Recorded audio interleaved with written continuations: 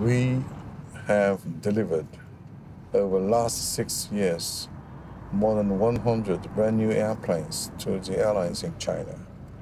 Every year, more than, in other terms, about one airplane every 3 days to China. Fascinating. The change is spectacular. I can't imagine, and when I came here in 1994, and there are full of on the streets, and you can see everywhere full of bicycles. And today, and if you look at the streets, and very limited number of the bicycles, we feel that change very strongly. Yeah.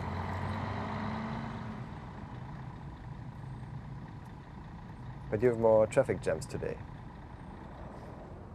Traffic jam is a real headache in Beijing. It's a huge city like Beijing. There are too much cars. Yes, it's another headache.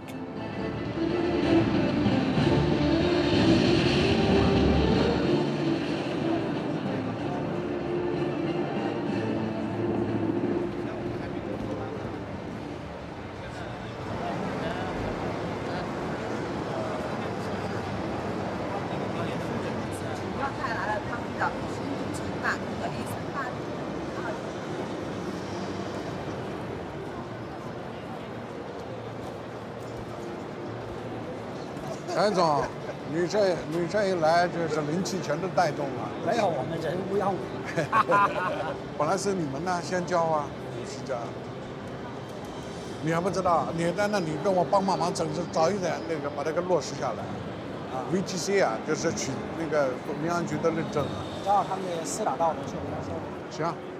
330好像在中国要也是在这儿组装，照张相吧，来，陈总，你给我们也算一个那个。 Well, currently, we have slightly more than 200 airports in China in total.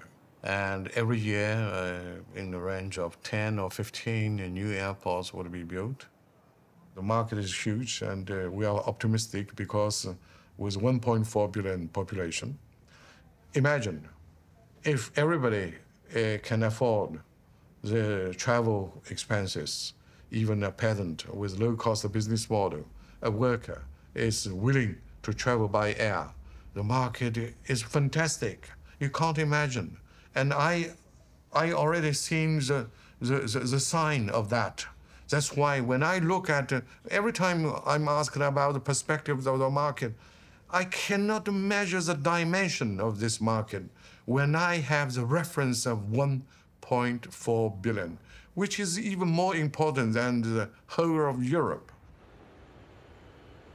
Every 15 years, the world fleet will be doubled again.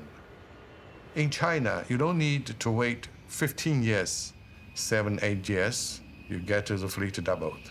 It's quicker than in other parts of the world. But more air traffic means more pollution.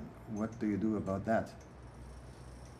We made every single effort to try to reduce the emissions. But if we look at the social benefits, at the economic benefits the aviation industry bring to the humanity, and then people may think differently.